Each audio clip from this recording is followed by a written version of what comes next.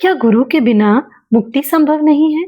क्या गुरु ना होने से मनुष्य की आध्यात्मिक यात्रा अधूरी रह जाती है?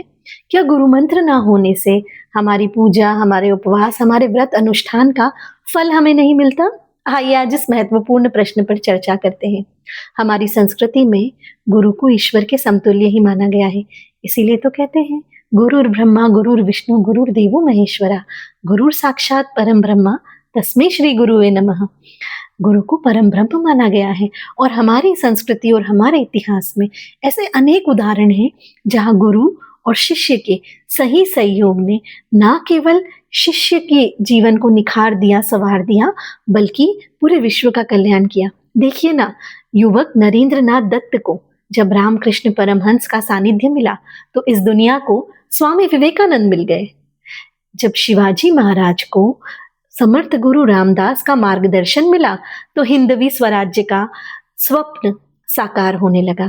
एक साधारण से किशोर पर जब आचार्य चाणक्य की नजर पड़ी तो हमारे देश को मिले चक्रवर्ती सम्राट चंद्रगुप्त मौर्य। चंद्रगुप्त मौर्य ने ही अखंड भारत की नींव रखी। इतने सारे खूबसूरत उदाहरण हैं जहां हमें देखने को मिलता है कि गुरुओं ने अपने शिष्यों के भीतर छुपी हुई प्रतिभा को सबसे पहले पहचाना, पहचान कर निखारा, संवारा, और दूसरी ओर शिष्य भी हैं जिन्होंने आंख मूंद कर गुरु के हर आदेश, हर निर्देश का पालन किया।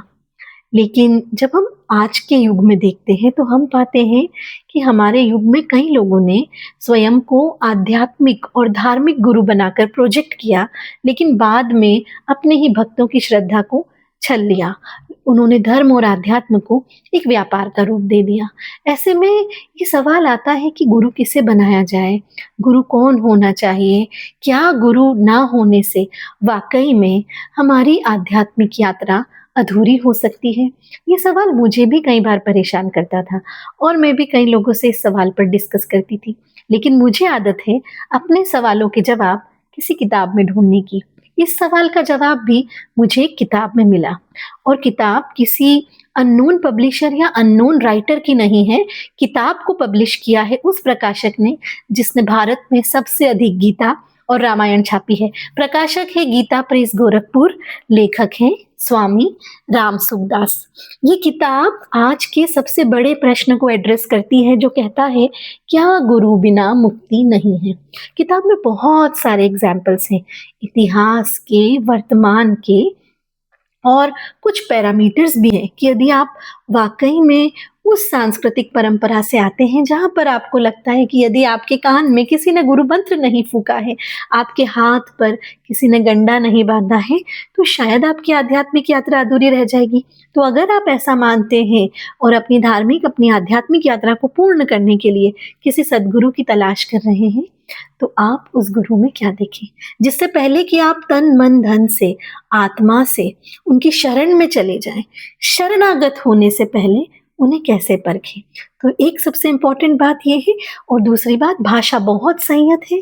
जितने भी पैरामीटर्स पे वो बात कर रहे हैं वो हमारी संस्कृति के अनुरूप है।